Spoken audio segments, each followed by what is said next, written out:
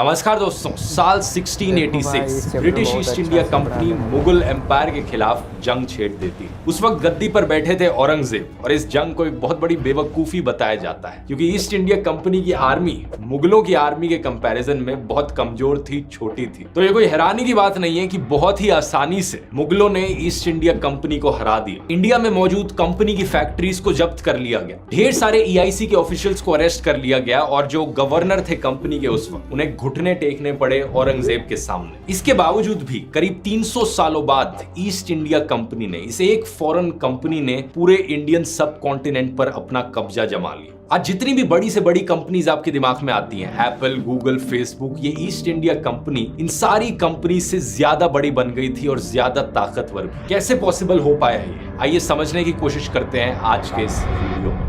British East India Company, the company that ruled India and a large part of the Indian subcontinent. Britain destroyed India through looting, expropriation and outright theft. It was not the British who conquered India, it was a rogue multinational corporation. Like no other, one that was set up to trade, but also had powers to take land, to wage war, and also resolve peace.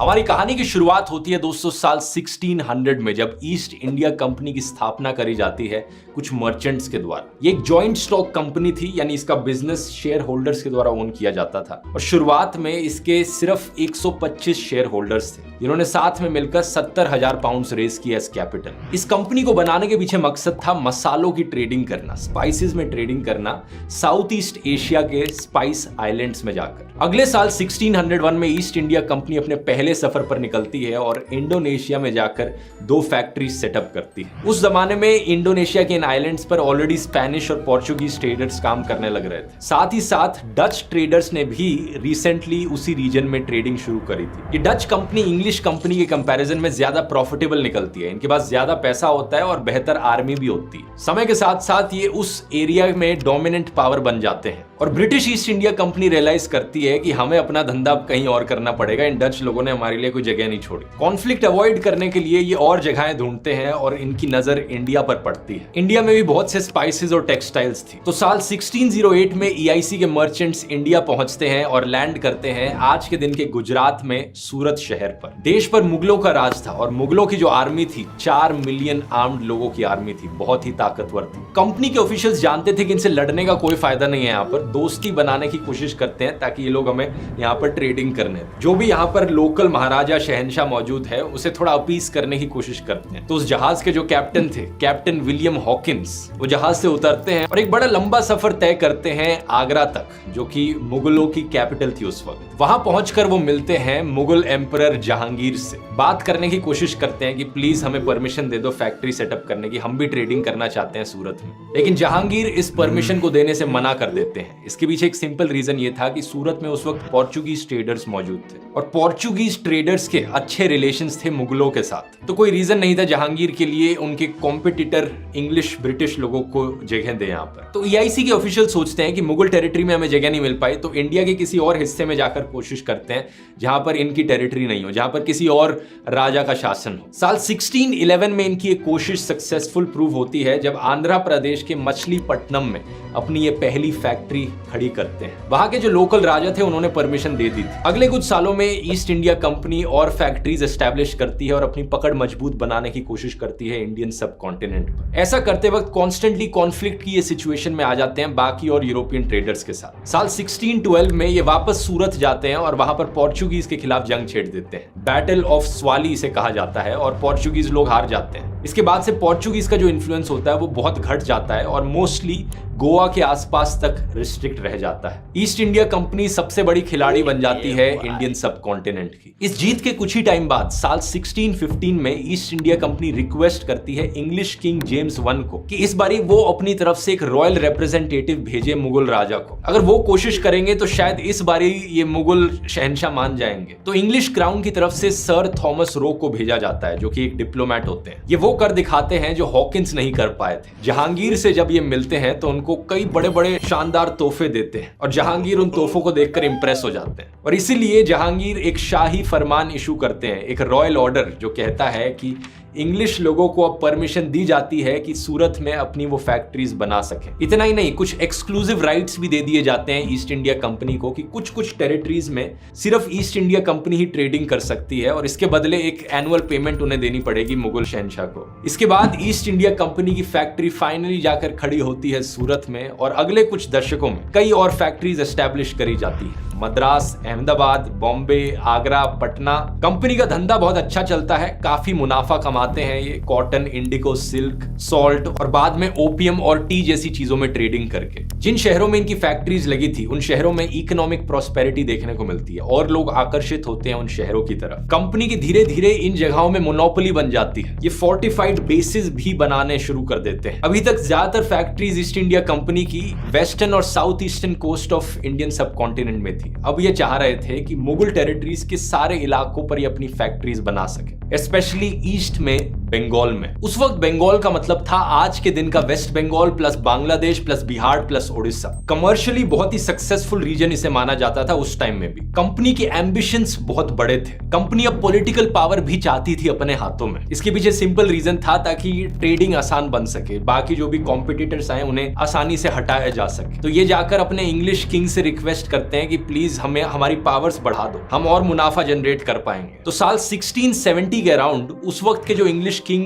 Charles II थे वो east India company को rights दे देते हैं कि अब east India company territories को भी acquire कर सकती है, पॉलिटिकल पावर अपने हाथ में रख सकती है, पैसे की मिंटिंग कर सकती है, अपनी टेरिटरीज में सिविल और क्रिमिनल ज्यूरिसडिक्शन ओवरसी कर सकती है। इतना ही नहीं, अपनी एक प्राइवेट आर्मी भी रख सकती है, अलायंसेस भी बना सकती है और जंग भी छेड़ सकती है। आज के दिन ये सुनने में बहुत ही अनबिलीवेबल लगता है, क्योंकि आज के दिन जब भी हम कंपनीज को सोचते हैं कि एप्पल, गूगल, फेसबुक जैसी कंपनीज है, क्या आप इमेजिन कर सकते हो कि इन कंपनीज के पास इतनी पावर आ जाए कि अपनी खुद की प्राइवेट आर्मी रखने लग जाए, अपना खुद का जस्टिस सिस्टम बनाने लग जाए, खुद के पैसे की प्रिंटिंग करने लग जाए और बाकी और देशों के साथ जंग पर भी चले जाए। थैंकफुली आज के दिन ऐसा पॉसिबल नहीं हो सकता, लेकिन उस वक्त इंग्लिश मोनार्की ने ईस्ट इंडिया कंपनीज को ये पावर दे दी। इसका मतलब ये था कि अब इंपीरियलिज्म की एक एजेंट बन सकती थी। साल 1682 में EIC नेगोशिएट करने की कोशिश करती है उस वक्त के बंगाल के मुगल गवर्नर के साथ, शाइस्ता खान। कंपनी चाहती है कि गवर्नर एक शाही फरमान इशू करे कि बंगाल में भी आसानी से ट्रेडिंग करना अलाउड हो।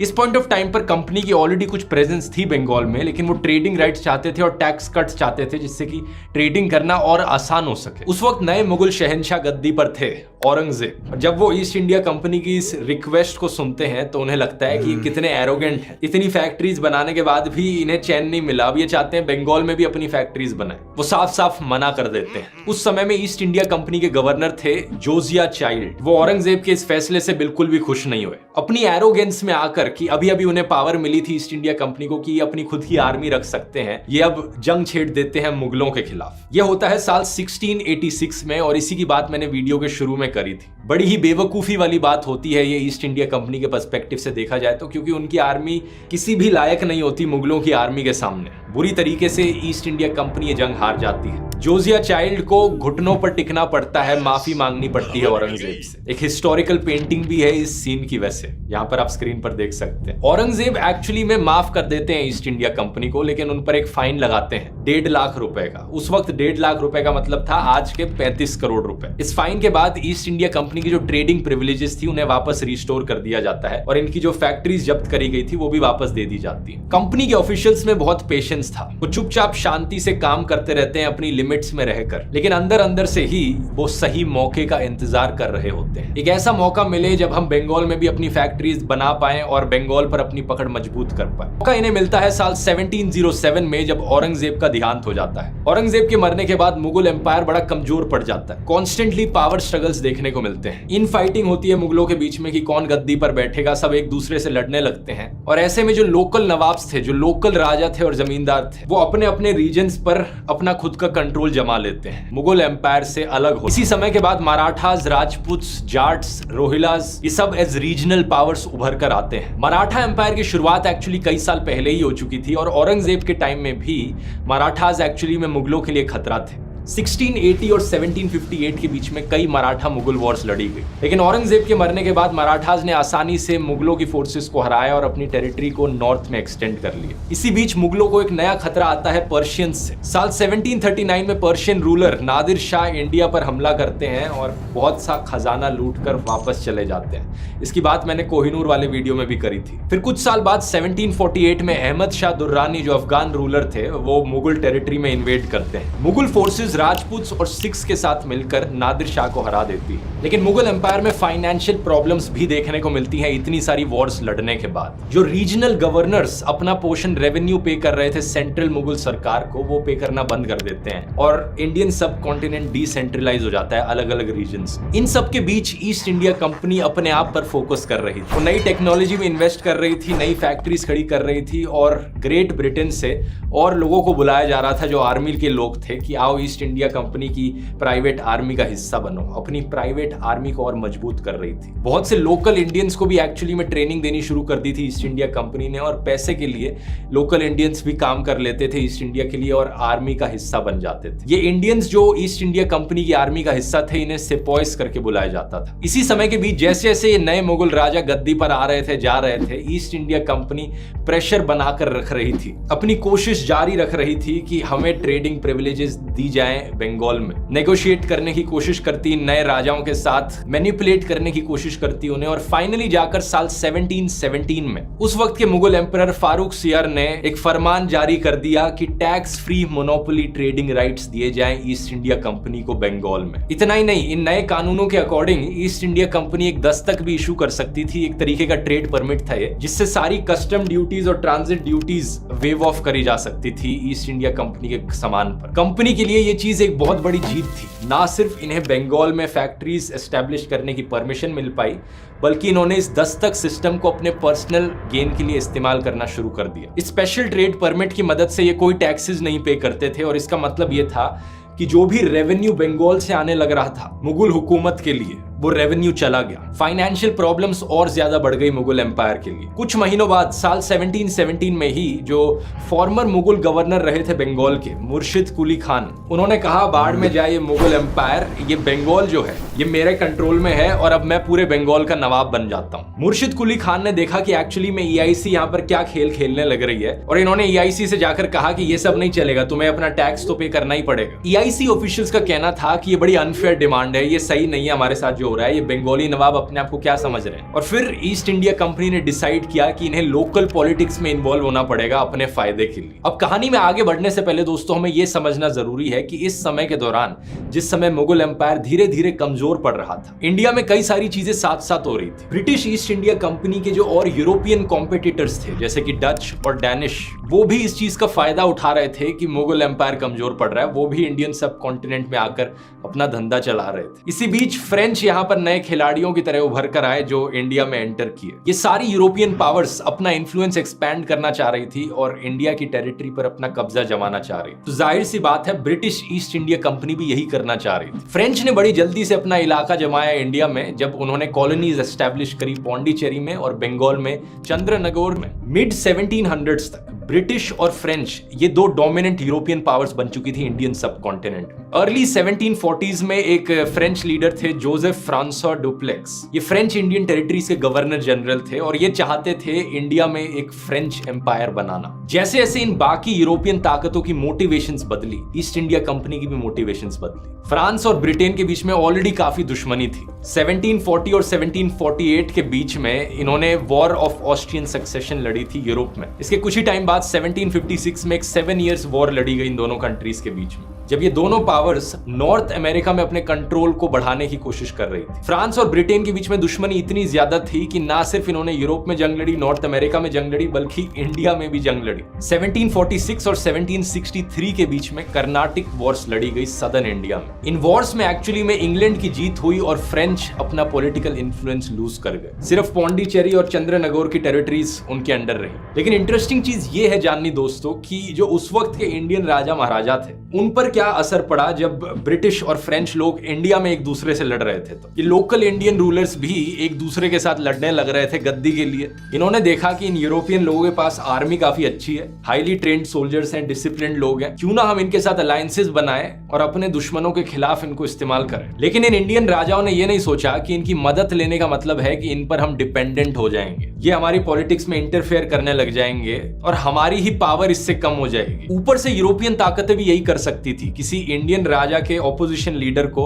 थोड़ी रिश्वत दी, उसके पीछे अपनी आर्मी भेजी, उसे गद्दी पर बिठाया और अपना पपेट रूलर बना लिया। ठोस एग्जाम्पल से समझते हैं, अपनी बंगाली नवाब्स और ईस्ट इंडिया कंपनी की कहानी पर वापस आते हैं। साल 1756 में सिराज उद दौला बनते हैं बंगाल के नए नवाब। जैसा मैंने वीडियो में पहले बताया था, east India company constantly in nawabs की अथॉरिटी को डिसरिस्पेक्ट कर रही थी, मुर्शिद कुली खान के टाइम से। लेकिन सिराज उद दौला ने सोचा कि बस बहुत हुआ, मैं और नहीं सह सकता है। सिराज उद दौला अपनी आर्मी को लेकर गए, कैलकाटा में मार्च किया इन्होंने और बंगाली कैपिटल मुर्शिदाबाद में फोर्ट विलियम पर हमला बोल दिया। ये ईस्ट इंडिया कंपनी का एक फोर्ट था। इन्होंने कई 100 ब्रिटिश ऑफिसर्स को जेल में बंद कर दिया और मेजॉरिटी ब्रिटिश ऑफिसर्स उनमें से मारे गए एक्चुअली में, क्योंकि उन्हें एक बहुत ही छोटी सी जेल के अंदर बंद किया गया था। इस इंसिडेंट को कहा जाता है black hole tragedy of Calcutta. British को ये देखकर बहुत गुस्सा आया। उन्होंने ठान ली कि किसी भी हालत में वो सिराज उद दौला को सत्ता से हटा कर रहेंगे। यहाँ पर इन्होंने उन टैक्टिक्स का इस्तेमाल किया जो इन्होंने कर्नाटिक वॉर्स के दौरान सीखी थी। इन्होंने सोचा कि नवाब के ऑपोजिशन में जो राइवल्स हैं, हम उनका इस्तेमाल करेंगे नवाब को गद्दी से हटाने में। बात क्या थी, सिराज उद दौला को गद्दी पर देखकर हर कोई खुश नहीं था। ऑपोजिशन में उनके एक परिवार था जगत सेठ का, एक बड़ी पावरफुल फैमिली बैंकर्स, मर्चेंट्स और मनी लेंडर्स की, जो मुर्शिदाबाद में बेस्ड थी। ये उस वक्त के बंगाल के सबसे अमीर परिवारों में से था और इनका काफी इन्फ्लुएंस था नवाब के कोर्ट में। इसके अलावा सिराज उद दौला की आर्मी के जो कमांडर थे मीर जाफर, उनके खुद के सपने थे कि वो नवाब बनना चाहते थे। तो ईस्ट इंडिया कंपनी ने रॉबर्ट क्लाइव की लीडरशिप के अंडर जगत सेठ के परिवार के साथ मीर जाफर के साथ हाथ मिलाया और प्लान बनाया सिराज उद दौला को सत्ता से हटाने का। अब आज के जमाने में एमएलए खरीद बेचकर सत्ता पलट करी जा सकती है, लेकिन उस जमाने में सत्ता पलट करने का मतलब था कि लिटरली अपनी आर्मी को ले जाकर लड़ाई करी जाए। अब सिराज उद दौला भी कोई बेवकूफ इंसान नहीं थे, उन्हें पता था कि ईस्ट इंडिया कंपनी क्या करने लग रही है। उन्होंने सोचा कि जब ये लोग मेरे दुश्मनों के साथ मिलकर हाथ मिला सकते हैं मुझे सत्ता से हटाने के लिए, तो मैं क्यों नहीं ऐसा कर सकता। वो सीधा गए ब्रिटिश के दुश्मन फ्रेंच के पास, उनके साथ जाकर हाथ मिलाया, कहा कि आओ साथ में लड़ाई लड़ते हैं। ये लड़ाई लड़ी गई जून 1757 में, इसे हम बैटल ऑफ प्लासी कहते हैं। हालांकि सिराज उद दौला की आर्मी का साइज 15 गुना ज्यादा बड़ा था, लेकिन फिर भी वो हार गए। ब्रिटिश ने जंग जीतने के बाद अपने नए दोस्त मीर जाफर को जाकर गद्दी पर बिठा दिया और नया पपिट नवाब बना दिया बंगाल का। सिराज उद दौला को बाद में जाकर असैसिनेट कर दिया गया और जो फ्रेंच प्रेजेंस थी बंगाल में, वो भी इसके बाद जाकर खत्म हो गई। चंद्रनगौर जो इकलौती जगह थी बंगाल में फ्रेंच के कंट्रोल में, वो भी अब फ्रेंच के हाथों से चली गई और ब्रिटिश कंट्रोल में आ गई। बैटल ऑफ प्लासी एक इंपॉर्टेंट टर्निंग पॉइंट है इतिहास में, क्योंकि इसी के बाद ब्रिटिश के हाथ पॉलिटिकल पावर लगी, चाहे इनडायरेक्टली ही क्यों ना लगी हो।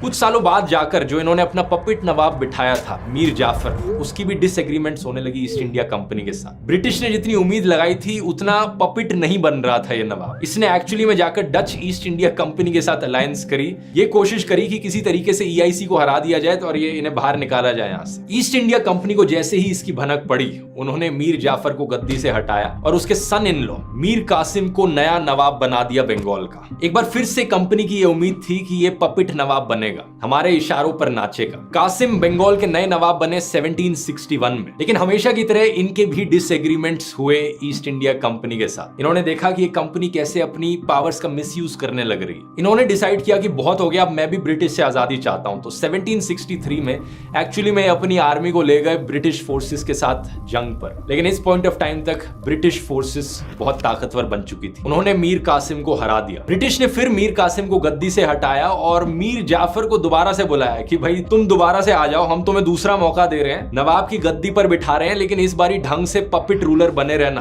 कासिम बंगाल छोड़कर बाहर गए और उन्होंने रियलाइज किया कि ये लड़ाई खुद से नहीं जीती जा सकती। ब्रिटिश को बंगाल से अगर बाहर फेंकना है तो मैं अकेले अपनी आर्मी के साथ नहीं कर सकता। वो अवध के नवाब के पास गए, शुजा उद दौला, और उस वक्त के मुगल एम्परर शाह आलम II के पास गए। इन तीनों लोगों ने अलायंस बनाई और कहा कि अब साथ में मिलकर ब्रिटिश को बाहर निकाल फेंकते हैं। ब्रिटिश और इनकी अलायंस के बीच में 1764 में जंग लड़ी गई, इसे हम बैटल ऑफ बक्सर कहते हैं, और ये लड़ाई भी ब्रिटिश ने जीत ली। इस लड़ाई के बाद ईस्ट इंडिया कंपनी ने देखा कि बहुत हुआ ये पपिट रूलर का गेम, हम जितने भी नवाबों को पपिट बनाने की कोशिश करते हैं कोई नहीं बनता, अब से हम खुद ही नए रूलर बन जाते हैं बंगाल के। तो 1765 में ट्रीटी ऑफ इलाहाबाद के अकॉर्डिंग रॉबर्ट क्लाइव गवर्नर और कमांडर इन चीफ बन जाते हैं बंगाल के। अब ऑफिशियली इस ट्रीटी में एक और मेजर पॉइंट ये था कि शाह आलम II ने फरमान इशू किया कि ईस्ट इंडिया कंपनी के पास दीवानी राइट्स हैं बंगाल के। मतलब बंगाल से आने वाला जितना भी पैसा था, जो टैक्सेस से पैसा आ रहा था, वो अब सीधा ईस्ट इंडिया कंपनी के पास जाएगा। तो ऑफिशियली अब ईस्ट इंडिया कंपनी बंगाल की नई रूलर बन गई। अब इस कंपनी के पास बहुत से सोर्सेस थे पैसे कमाने के। अपना ट्रेडिंग का धंधा तो चल ही रहा था, लेकिन अब टैक्स का पैसा भी इनके पास आ रहा था। तो इनके पास जो आने वाला रेवेन्यू था वो बहुत ज्यादा बढ़ गया। अब ये नए प्रोडक्ट्स खरीद सकते थे ट्रेड करने के लिए, मिलिट्री पावर अपनी और मजबूत कर सकते थे, इंफ्रास्ट्रक्चर में और पैसा स्पेंड कर सकते थे। तो देखते ही देखते पूरा बंगाल का एरिया ब्रिटिश के कंप्लीट कंट्रोल में आ गया। यहाँ पर एक इंटरेस्टिंग कोट मुझे याद आता है, imperialism is the highest form of capitalism. ये चीज क्यों कही जाती है आप यहाँ पर देख सकते हैं। इसकी बात मैंने डिटेल में कैपिटलिज्म वाले वीडियो में भी करी थी। इस पॉइंट ऑफ टाइम पर अब ईस्ट इंडिया कंपनी के पास पैसे थे, रिसोर्सेज थे और पावर थी अपनी टेरिटरी और एक्सपैंड करने के लिए। अब इंडिया के बाकी एरियाज पर इन्होंने कैसे कब्जा जमाया, कुछ बड़ी ही इंटरेस्टिंग टेक्निक्स का इन्होंने इस्तेमाल किया। पहली टेक्निक, जो इंडियन सबकॉन्टिनेंट के रीजन्स ब्रिटिश के कंट्रोल में नहीं थे, वहां पर ब्रिटिश ने अपने रेजिडेंट्स को अपॉइंट किया। रेजिडेंट्स बेसिकली ब्रिटिश ऑफिशियल्स थे जो डिप्लोमेट का काम करते थे अलग अलग स्टेट्स में, अलग अलग रीजन्स। ये रेजिडेंट्स जाकर लोकल राजा महाराजाओं के साथ फ्रेंडली होने की कोशिश करते थे, अलायंस बनाने की कोशिश करते थे। जो राजा महाराजा इनके साथ फ्रेंडली हो जाता था, उनको ये एडवाइस देते थे कि पॉलिटिक्स कैसे करी जाए। लोकल पॉलिटिक्स में इंटरफेयर करने की कोशिश करते थे इनडायरेक्टली। दूसरी टेक्निक, जो बाकी स्टेट के लोकल राजा थे, ईस्ट इंडिया कंपनी उन्हें प्रेशराइज करती थी कि वो ईस्ट इंडिया कंपनी के साथ एक सब्सिडरी अलायंस में चले जाए। इस सब्सिडरी अलायंस एक बड़ा ही इंटरेस्टिंग सिस्टम था। इस अलायंस के अनुसार ये लोकल राजा अपनी खुद की आर्मी नहीं रख सकते थे, खुद की लड़ाइयां नहीं लड़ सकते थे। इंस्टेड ईस्ट इंडिया कंपनी उनके बिहाफ पर अपनी एक आर्मी तैयार करेगी और इस आर्मी को तैयार करने के लिए वो लोकल राजा ईस्ट इंडिया कंपनी को पे करेंगे। तो उनके पर्सपेक्टिव से देखा जाए तो उनके पैसे बच रहे हैं, उन्हें अपनी आर्मी मेंटेन नहीं करनी पड़ रही। लेकिन ईस्ट इंडिया कंपनी के पर्सपेक्टिव से देखा जाए बड़ी ही चालाक मूव थी। अगर उन लोकल राजाओं के पास कोई आर्मी नहीं होगी तो कभी भी हमसे वो लड़ नहीं पाएंगे, ऊपर से हमें एक्स्ट्रा पेमेंट भी यहाँ पर मिलने लग रही। अगर वो लोकल राजा महाराजा लोग एक्चुअली में ये पेमेंट नहीं पे कर पाते ईस्ट इंडिया कंपनी को किसी भी रीजन की वजह से, तो उनकी टेरिटरी का कुछ एरिया ईस्ट इंडिया कंपनी के कब्जे में आ जाएगा। और ऐसा कई बार होता भी था। तो थोड़ा थोड़ा करके ईस्ट इंडिया कंपनी ने अपनी टेरिटरीज को आगे बढ़ाया। इस सब्सिडरी अलायंस के अकॉर्डिंग ईस्ट इंडिया कंपनी ने प्रॉमिस किया था कि वो कंपनी इंटरनल अफेयर्स में टांग नहीं अड़ाएगी उन बाकी एरियाज में। लेकिन ये प्रॉमिस बस नाम की थी, पीछे पीछे ही ये कंपनी अपने रेजिडेंट्स के थ्रू वहां पर टांग अड़ाने की कोशिश कर ही रही थी। तो इस टेक्निक के जरिए बहुत से एरियाज एक्चुअली में इनडायरेक्ट कंट्रोल में आ गए ईस्ट इंडिया कंपनी के। जो रीजन्स ईस्ट इंडिया कंपनी के साथ इन सब्सिडरी अलायंसेस में गए, उन्हें बाद में जाकर हम प्रिंसली स्टेट्स ऑफ इंडिया करके जानते हैं। साल 1798 में हैदराबाद पहली स्टेट थी इस सब्सिडरी अलायंस में जाने वाली कंपनी के साथ। अब तीसरी टेक्निक बड़ी सिंपल थी। अगर ये दोनों टेक्निक्स नहीं काम करती तो ईस्ट इंडिया कंपनी अपनी ब्रूट मिलिट्री फोर्स का इस्तेमाल करती और लिटरली आर्मी ले जाकर नए एरियाज पर कब्जा जमा लेती। इन्हीं सब तकनीकों की मदद से साल 1818 तक ईस्ट इंडिया कंपनी इंडियन सब कॉन्टिनेंट की सबसे ताकतवर पावर बन गई। इस साल तक करीब 2/3 सब कॉन्टिनेंट ईस्ट इंडिया कंपनी के कंट्रोल में आ चुका था और इस सब कॉन्टिनेंट में रहने वाली 78% पॉपुलेशन EIC के रूल के अंडर रहने लग रही थी। बाद में जाकर बाकी बचे कुछ एरियाज पर भी कंट्रोल जमाने के लिए एक चौथी टेक्निक का इस्तेमाल किया गया, द डॉक्ट्रिन ऑफ लैप्स। इसे इंट्रोड्यूस किया गया था साल 1847 में EIC ऑफिशियल्स के द्वारा और सबसे बड़े तरीके से इसे इन्फोर्स किया गया लॉर्ड डलहौजी के द्वारा 1848 और 1856 के बीच में। इस डॉक्ट्रिन के अनुसार अगर किसी इंडियन राजा का देहांत हो जाता था और कोई नेचुरल मेल हायर नहीं होता था उनका, तो वो किंगडम ऑटोमेटिकली लैप्स कर जाएगा और ईस्ट इंडिया कंपनी की टेरिटरी का हिस्सा बन जाएगा। बहुत से फेमस शहर एक्चुअली में इस डॉक्ट्रिन की मदद से ही ब्रिटिश के कब्जे में आए। 1848 में सतारा, 1852 में उदयपुर, 1853 में नागपुर, 1854 में झांसी और फाइनली 1856 में अवध। इन सारी टेक्निक्स के अलावा ईस्ट इंडिया कंपनी में एडमिनिस्ट्रेटिव रिफॉर्म्स भी बड़ी तेजी से होने लग रहे थे। नहीं तो इतने बड़े एरिया पर रूल जमाना